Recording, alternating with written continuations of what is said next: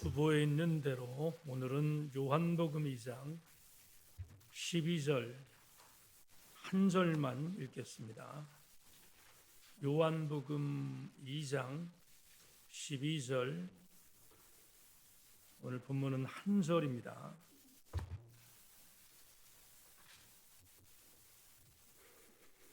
자, 우리 한 목소리로 12절 한 절을 같이 읽겠습니다. 시작. 그 후에 예수께서 그 어머니와 형제들과 제들과 함께 가버나움으로 내려가셨으나 거기에 여러 날 계시는 아니 하시니라. 한 번만 더 읽겠습니다. 다시 한번 시작. 그 후에 예수께서 그 어머니와 형제들과 제들과 함께 가버나움으로 내려가셨으나 거기에 여러 날 계시지는 아니 하시니라. 아멘. 오늘 말씀 나누기 전에 하늘소망이라는 찬양 한번 드리고 말씀을 나누겠습니다. 자, 지금은 비록 찬양하겠습니다.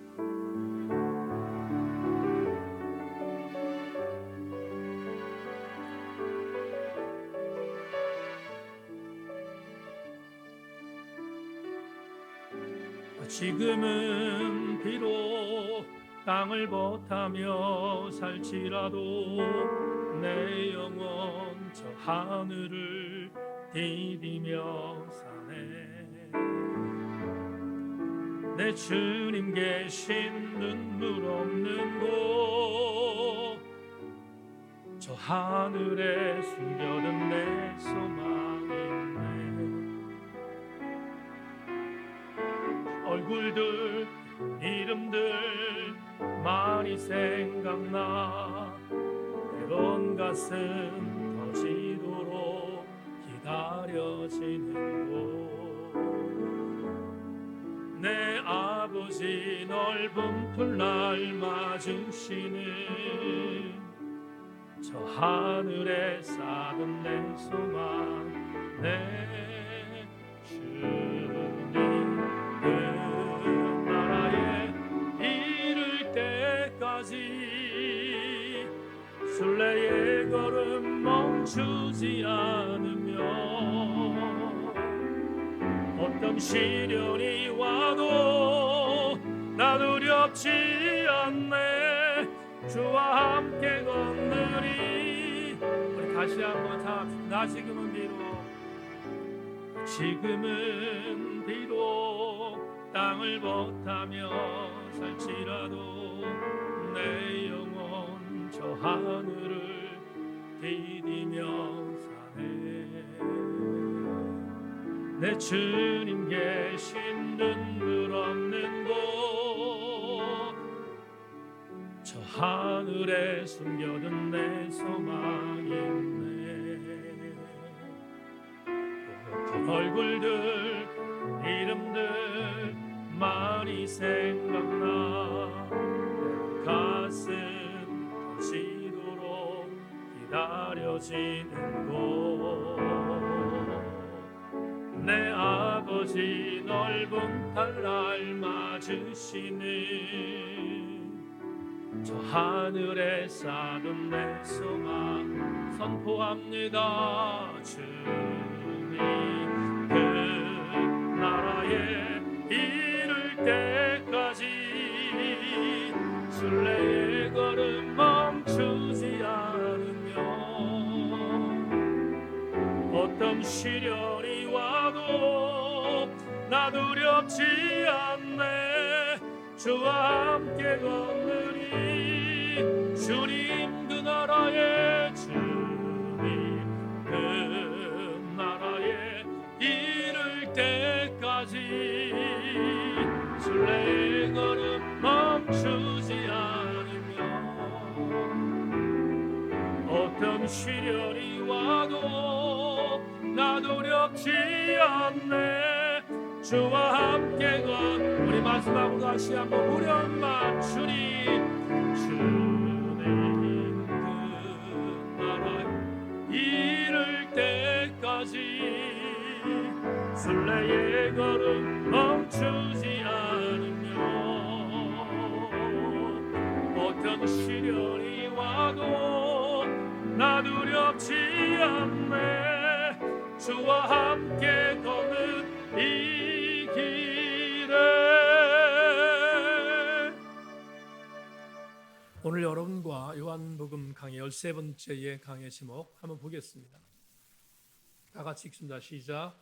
안락함과의 의도적인 별리.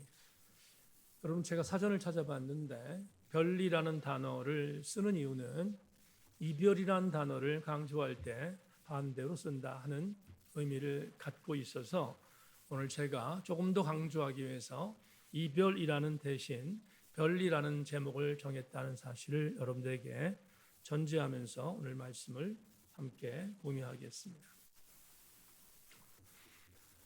우리는 지금 주일 낮예배 때 요한 1, 2, 3서를 공부하기 위해서 강해 설교를 함께 나누며 은혜를 받고 있습니다.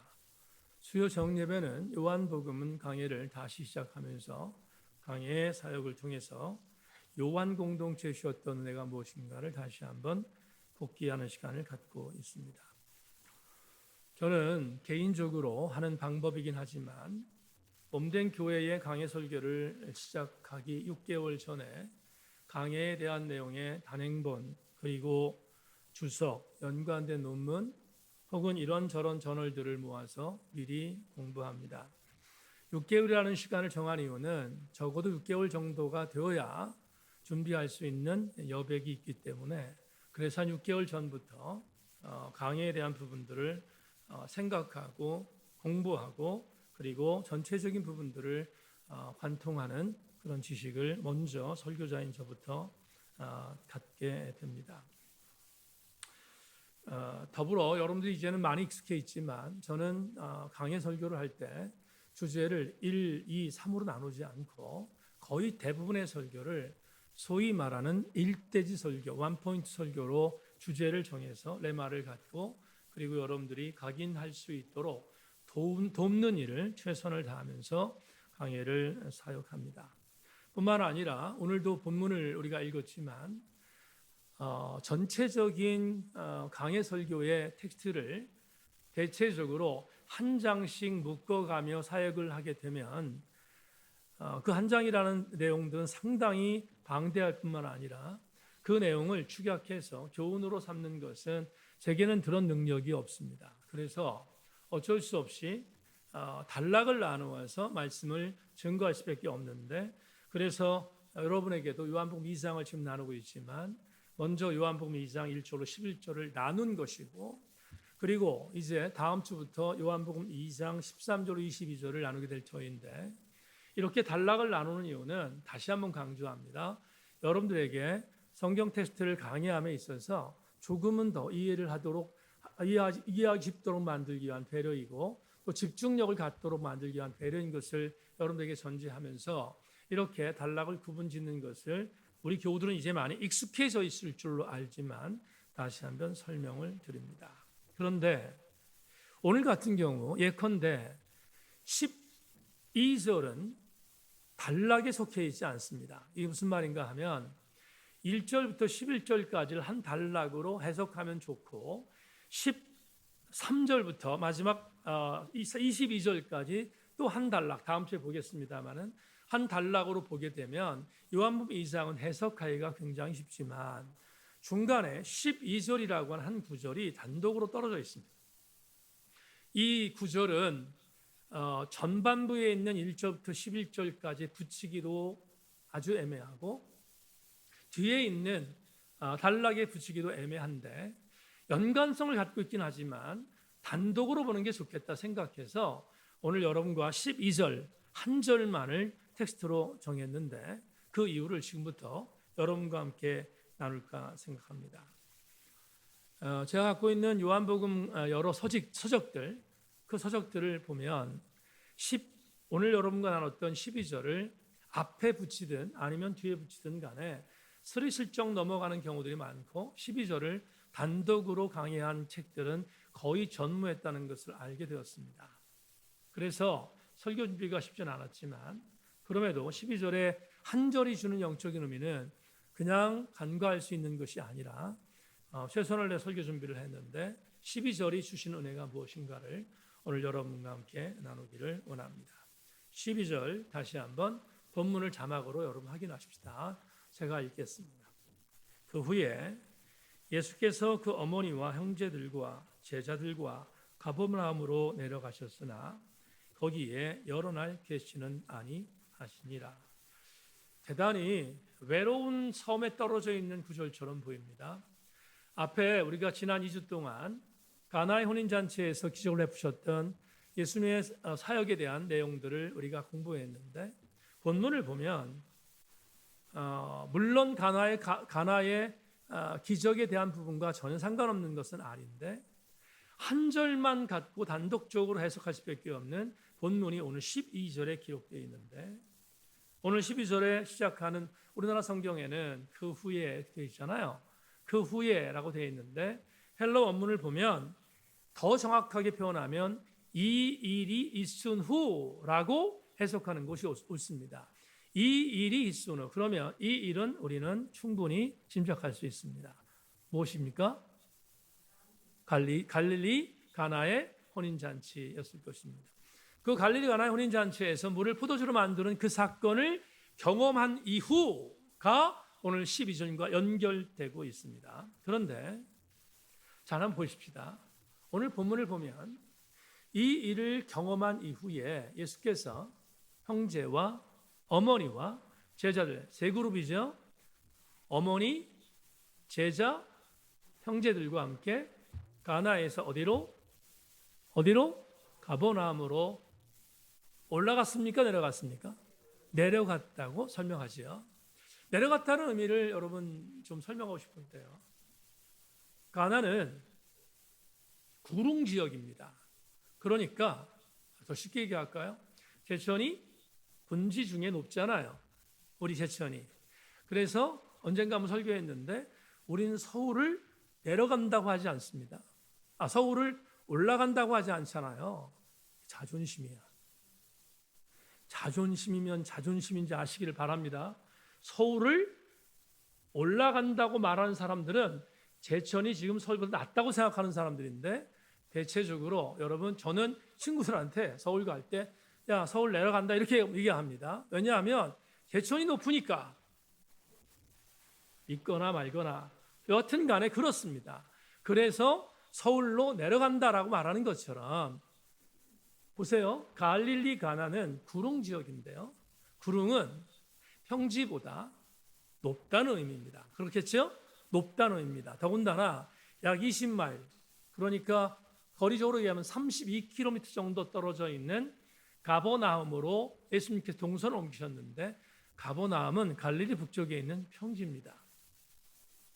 그러니까 당연히 오늘 요한복음의 저자는 갈릴리 가나에 계셨던 예수님께서 제자들과 어머니와 형제들과 함께 가버나움으로 내려갔다고 표현한 겁니다. 이해하시면 아멘? 그렇죠. 그렇습니다. 그렇게 여러분 이해하시면 되겠습니다.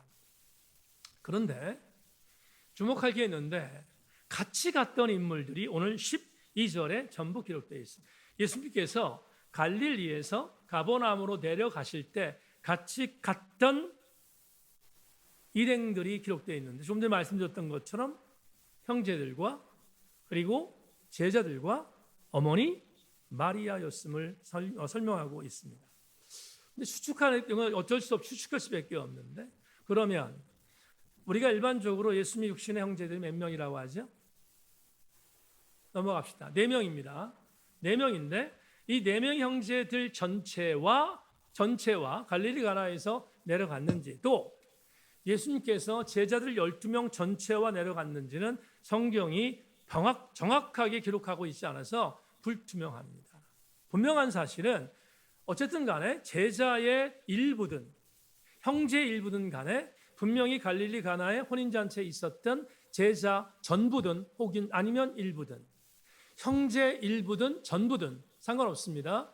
그 인원들과 함께 더불어 어머니 마리아와 함께 가버나움으로 떠났다라고 역사서는 오늘 복음서는 우리에게 보고하고 있습니다. 그런데 이것까지 이해가 쉬워요.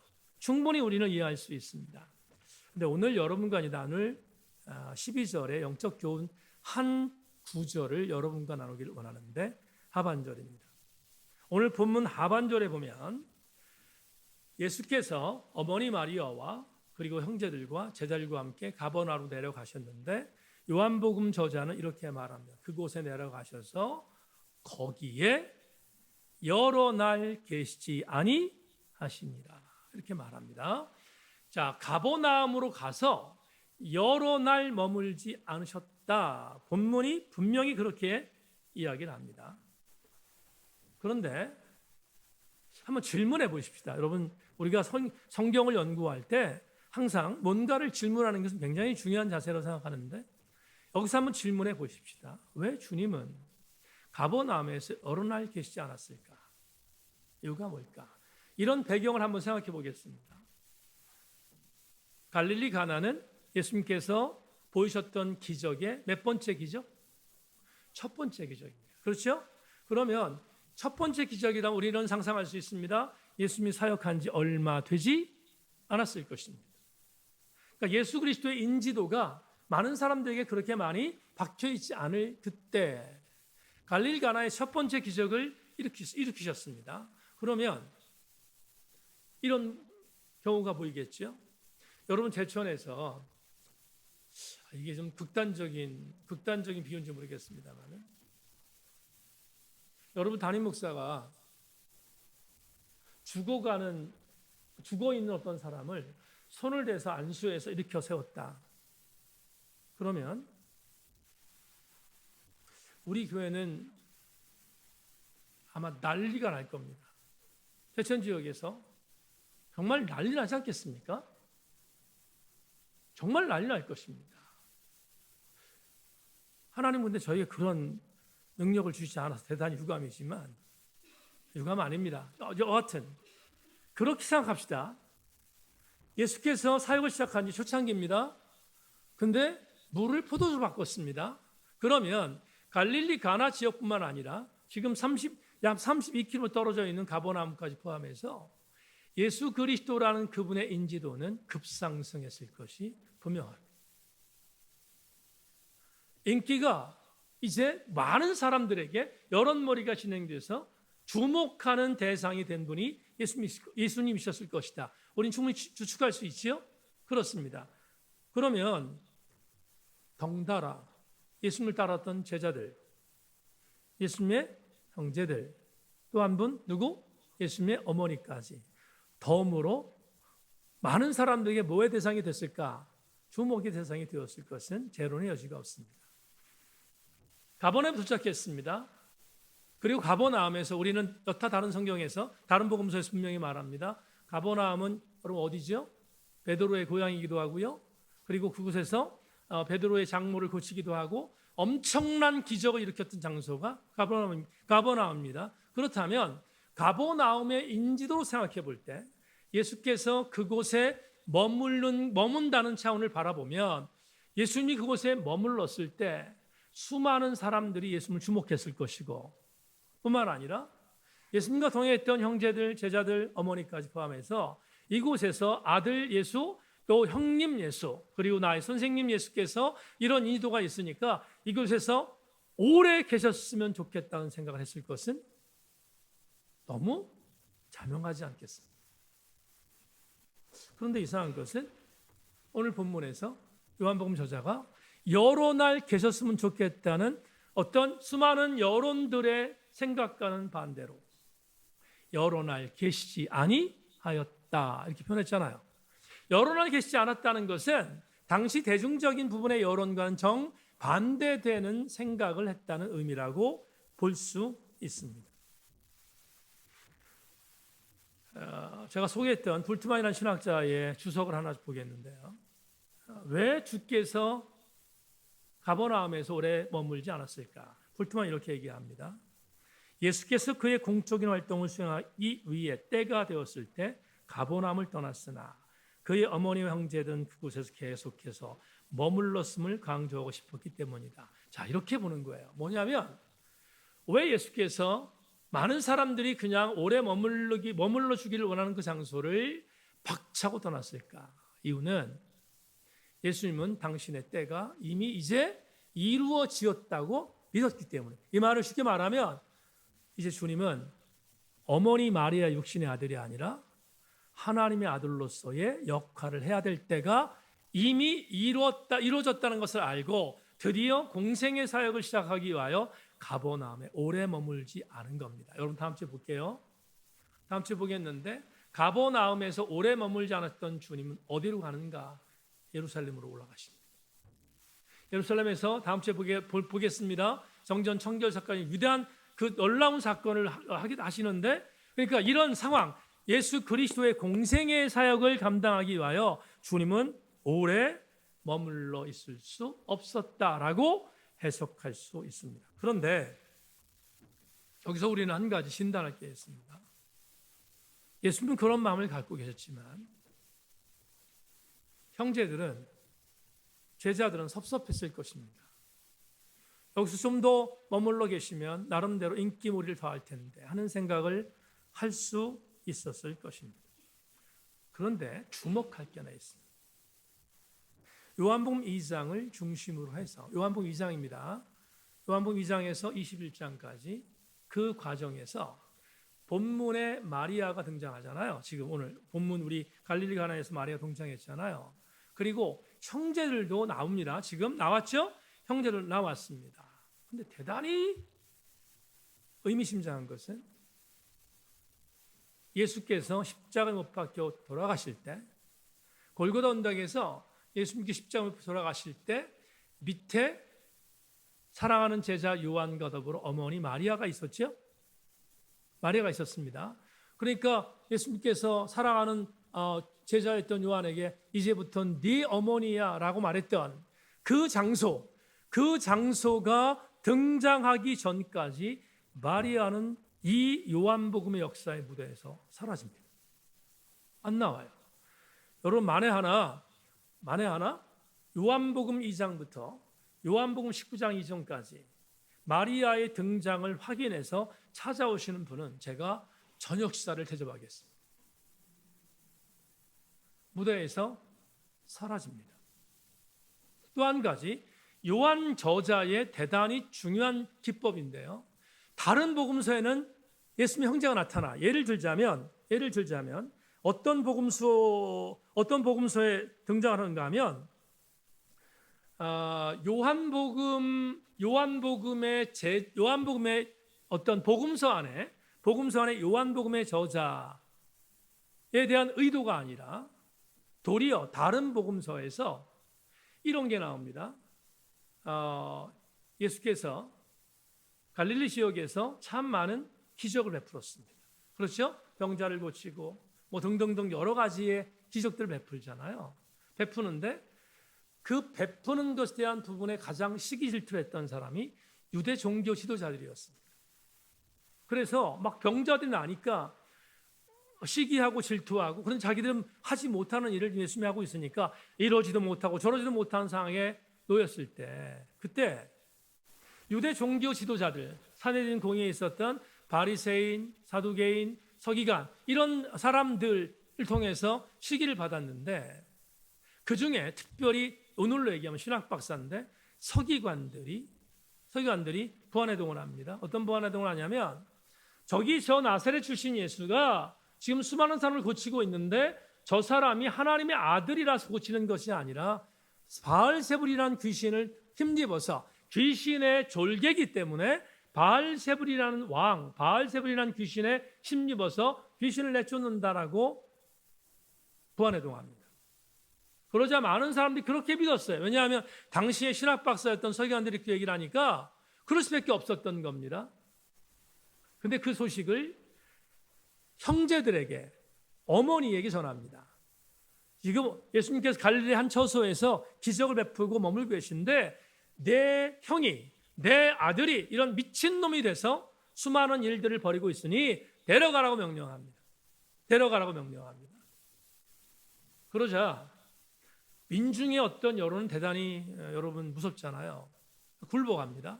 굴복해서 어머니 마리아와 그리고 형제들이 예수님을 찾아옵니다. 자기의 고향으로 데려가기 위한 강제적인 윽박지름이었습니다. 그때 형을 데려가기 위한 장면에 대하여 여타복음서라고 말씀드렸는데, 특별히 첫 번째 복음서인 마가복음 3장에서 이렇게 보고합니다. 마가복음 3장 31절 35절 만나보십시다. 그때 예수의 어머니와 동생들이 밖에 와서 밖에 서서 사람을 보내어 예수를 부르니 무리가 예수를 둘러 앉았다가 여짜오되 보소서 당신의 어머니와 동생들과 너희들이 밖에서 찾나이다. 대답하시되 누가 내 어머니이며 동생들이냐 하시고 둘러 앉은 자들을 보시며 이르시되 내 어머니와 내 동생들을 보라. 누구든지 하나님 뜻대로 행하는 자가 내 형제요 자매요 어머니이니라. 여러분, 우리가 잘 알고 있는 익숙한 성경입니다. 그러니까 지금 뭘 말씀드리고 하냐면 요한복음에 있는 요한복음의 저자는 갈릴리 가나의 혼인잔치가 끝난 뒤 예수께서 십자가를 못 박혀 돌아가시기 전까지 그 어간에 아주 의도적으로 예수 그리스도의 어머니 마리아, 예수 그리스도 형제들, 이었던 4명 형제들, 이들의 이름을 의도적으로 삭제합니다.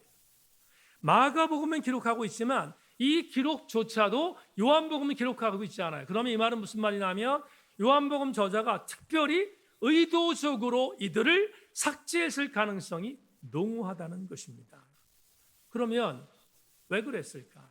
이유가 뭘까? 왜 요한복음 저자는 예수님의 형제들을 무대에서 사라지게 만들었고 심지어 어머니까지 무대에서 사라지게 만들었을까? 그 이유가 뭘까? 여러분, 요한복음 7장 5절 말씀을 여러분에게 읽어드리겠습니다. 잠깐 보십시오. 이는 그 형제들까지도 예수를 믿지 아니함이로라. 예수께서 공생애를 했는데 공생애 사역을 감당하는데 예수의 형제들까지도 예수를 믿지 못하는 상황이 이루어졌다고 요한복음 저자가 고발하고 있습니다. 그러면 이렇게 보는 것입니다. 요한복음 저자는 대단히 의도적으로 예수 그리스도의 사역 이후 예수님의 가족과 예수님과 변리시키고 있다는 것. 이 말을 좀 쉬운 말로 표현하겠습니다. 오늘 12절에서 우리에게 주시는 은혜가 뭘까? 이겁니다. 여러분, 예수님이 당신의 사역을 감당할 때 당신의 사역을 감당하면서 가족들과 떨어지며 가족들과 유리되는 그 유리됨에 대한 내용들을 오늘 본문 12절을 통해서 진행하는 것을 보면 요한복음 저자에 의하면 예수님도 조금 이따 말씀드리겠습니다. 예수님도 그의 어머니 마리아도 가족 간의 관계에 대한 부분에 안락함을, 편리함을 변리시키고 있다는 의도적인 기법이 오늘 본문 속에 있습니다. 그러면 우리는 오늘 이 12절에 있는 이 내용, 예수님께서 가버나움에서 오래 거시지 않고 예루살렘을 떠나기 위하여 잠깐 그곳에 머물러 있으며 어머니와 떨어지고 형제들과 떨어지고 제자들과도 유리되는 그런 상황들을 만들었던 이유는 우리에게 어떤 영적인 통찰을 주는가 해석할 수 있어야 합니다. 그 해석에 대한 내용이 오늘 여러분 설교의 레마입니다. 레마 보겠습니다. 요한복음 저자에 의해서 오늘 12절이 주는 은혜가 뭐냐? 예수님은 당신의 육신의 어머니였던 마리아 그리고 그의 형제들과 떨어짐을 강력하게 시사하고 있는데 이 말은 예수께서 안락함과 단절하고 있음을 시사하고 있다는 영적인 의미가 담겨 있습니다. 예수께서 가버나움에서 오래 머무르면 예수님도 좋았습니다. 왜? 인기몰이에 성공했습니다. 자기 사랑하는 어머니가 있습니다. 형제들도 있습니다. 그런데 주님은 그들과 떨어집니다. 분명히 불트만이 말했습니다. 가버나움에 어머니 마리아와 그 형제들은 머물러 있었지만 주님은 그 자리에 머무르지 아니하고 예루살렘으로 떠났다. 이별했습니다. 변리한 것입니다. 주님은 당신이 가버나움에 머물러 있으면 가족이 의한 안락함, 편리함, 그것으로 인하여 공생의 사역을 감당할 수 없음을 인정하고 주님은 아주 의도적으로 가버나움에서 예루살렘으로 떠나셨음을 오늘 본문이 우리에게 제시하고 있습니다. 여러분, 신앙생활이 뭘까? 여러분, 신앙생활이 어떤 것이라고 생각합니까? 신앙생활은 오늘 레마에 말한 것처럼 나에게 안락을 주는 것, 나에게 편리함을 주는 것, 나에게 정말 이것만큼은 놓칠 수 없어라고 생각하는 세속적인 부분에 있어의 가치와 단절하는 것을 의미합니다. 여러분, 저도 부모고 여러분들 부모인데, 그런데 정말 풀지 못할 숙제가 있습니다. 자식과의 관계입니다. 어머니 마리아 입장에서 아들 예수, 아마도 육신적인 관계에 있어서 아들 예수를 사랑했던 부분이 여타 다른 어머니와 별반 다르지 않을 것 같습니다. 그런데 마리아를 바라보면서 아들 예수께서 행하셨던 결단은 대단히 매몰차합니다.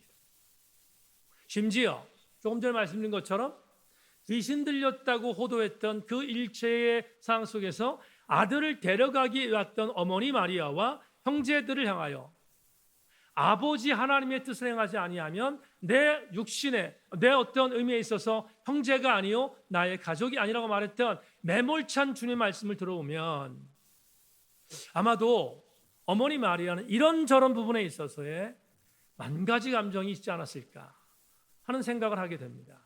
충분히 그럴 수 있습니다. 어머니 마리아는 본인이 남편 요셉과 정혼하여 동치마에 난 아들이 아니고 성령으로 말미암아 잉태된 아들인 것을 알았기 때문에 양가 감정으로 육신으로는 자기 아들에 대한 사랑하는 마음이 있었지만 또한 하나님의 아들이라는 사실을 잊지 않았기 때문에 마리아는 아들 예수와의 단절에 대한 부분을 아팠지만 인정할 수밖에 없었을 것입니다.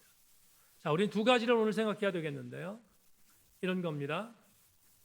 여러분, 아들 예수는 하나님의 사역을 위하여 어머니 마리아와 육신적인 안락함에서 완전히 의도적으로 별리했음을 기억해야 되고 또 한 가지 잊지 말아야 할 것이 있습니다. 어머니 마리아 입장에서도 아들을 풀어놓아 주는 것이 그것이 하나님의 뜻을 인정하는 것임을 알았기 때문에 예수를 가버나움에서 붙잡지 않았던 것입니다. 그래서 저는 오늘 이 본문 12절 한 절만 보더라도 어머니와 아들의 관계를 통해서 얼마나 처절한 육신적인 아픔을 감내했을까를 충분히 이해할 수 있습니다. 영화배우 신혜라 씨가 입양한 딸이 있습니다. 예은이라는 딸이 있는데 그 예은이란 딸이 미국의 버클리 대학에 입학을 해서 입양 이후에 첫 번째로 부모와 떨어지는 그런 떨어짐의 상황 속에서 딸 예은이한테 보낸 편지가 있어요. 그게 여론의 보도가 됐죠. 근데 참 절절했습니다. 그 원문을 제가 한번 읽어드리겠습니다. 눈에 넣어도 안 아플 것 같던 그 조그맣던 딸이 어느새 다 자라 대학에 갔다. 이렇게 오래 멀리 떨어지는 건 처음이라 자꾸 눈물이 난다. 사랑하는 귀한 은희야. 우리 집의 선물처럼 온 그날부터 지금까지 너는 존재만으로도 우리의 기쁨이고 감사였단다. 어렵고 힘들 때 늘상 찾던 엄빠는 옆에 없지만 내가 엄빠가 뭔지 몰라서 한참 생각했습니다. 엄빠는 옆에 없지만 한순간도 너를 떠나지 않으신 하나님을 부르려고 새로운 세상의 첫 발을 내딛는 너를 너무너무 축복해. 알지? 얼마나 사랑하는지도 알지. 여러분, 배가 아파서 난 딸이 아니잖아요. 마음으로 낳은 딸이거든요. 근데 그 딸을 정말로 그리스도의 사랑으로 애지중지 키웠습니다. 그리고 이제 버클리에 유학을 가면서 예은이를 떠나보내야 하는 엄마의 심정으로 이 쓴 편지를 보면서 제가 이걸 여론을 통해서 봤거든요. 봤을 때 너무 감사했던 게 있어요. 뭐냐 하면 예은이 엄마가, 예은이 아빠가 신실한 크리스천이라는 사실. 얼마나 저한테 큰 감동인지 모릅니다. 여러분, 분명한 사실은 자기의 자녀에 대하여 성장하는 어간 애지중지 사랑하고 키웠고, 그리고 또 정말 사랑해서, 그래서 아들, 딸에 대한 일생에 대한 부분들을 생각하는 일상적인 정상적인 부모라면 아들과 떨어지는 것, 딸과 떨어지는 것 매우 가슴 아픈 일입니다. 그런데 매우 가슴 아픈 일이지만 어머니 마리아는 본인도 그렇게 사랑했던 아들 예수를 가버나움에서 붙잡지 않았던 이유는 마리아 역시 예수를 붙잡지 않는 것이 하나님의 아들로서 예수 그리스도의 사역을 돕는 일이라고 믿었기 때문입니다. 그렇다면 우리는 오늘 두 가지 공통분모를 같이 나눌 수 있습니다. 예수께서도 어머니의 이별에 대하여 냉랭하게 생각하며 가버나움을 떠날 수밖에 없었던 이유와 어머니 마리아가 아들 예수 그리스도를 떨어지기 싫었지만 놓아줄 수밖에 없었던 놀라운 이유는 공통분모가 있습니다. 모두가 하나님의 사역을 위해서였다는 것입니다. 우리는 이 두 가지 사실에 대하여 영적 감동을 잃어버려서는 안 되겠습니다. 이재수 목사님이 요한과 더불어라는 책에서 이 광경에 대한 부분을 이렇게 기록했습니다. 마리아는 주님의 앞길을 가로막지 않았습니다. 마리아는 한 가지 사실을 분명하게 알고 있었습니다. 하나님의 아들인 예수 그리스도는 육신의 어머니에 지나지 않는 자기 곁을 떠날 때만 진정한 하나님의 아들일 수 있다는 사실이었습니다. 여러분, 정말 엄청난 성찰 아닙니까? 아들 예수가 내 옆에서 떠나지 않으면 그분은 하나님의 사역을 감당할 수 없다고 믿었던 것은 마리아만이 갖고 있었던 위대한 신앙 아니겠습니까? 아들을 떠나 보내야만이 하나님의 일들을 감당할 수 있었기에 아들과의 안락한 관계를 의도적으로 변리했던 마리아. 어머니 마리아와 함께 있으면 어머니의 사랑 품 안에서 그리워하는 여러 가지 사랑들을 받고 계속해서 안락함을 유지할 수 있었던 예수 그리스도께서 어머니를 떠날 수밖에 없었던 완전한 것은 안락함을 포기할 때 하나님의 사역을 감당할 수 있는, 하나님의 공생애를 감당할 수 있는 시작이었음을 알았기에 예수님도 어머니 마리아를 떠날 수밖에 없었던 것입니다. 여러분, 예수님을 따르는 것은 말로 되지 않습니다. 예수님을 따른다는 것은 녹록하지 않습니다. 예수님을 따르는 신앙생활이라는 것은 안락함과 편리하는 것입니다. 언젠가 말씀드렸죠? 신앙생활이 뭐냐? 부담을 갖고 살겠다는 결단입니다. 그게 신앙생활입니다. 서울신학대학을 입학했는데 담임 목사님 사모님이 저에게 에스콜럼이라는 대학생 선교의 송제였던 김중근 목사님의 책을 선물하셨습니다. 그 책에 그때 평신도 시절이었습니다. 신학하기 전이었으니까 한숨에 읽었는데 나는 여태까지 보았던 책 중에서 이렇게 강력한 은혜를 단시간에 보여줬던 책은 보지 못했습니다. 김중근 목사님의 에스콜럼이라는 책에 한 구절을 여러분에게 소개합니다.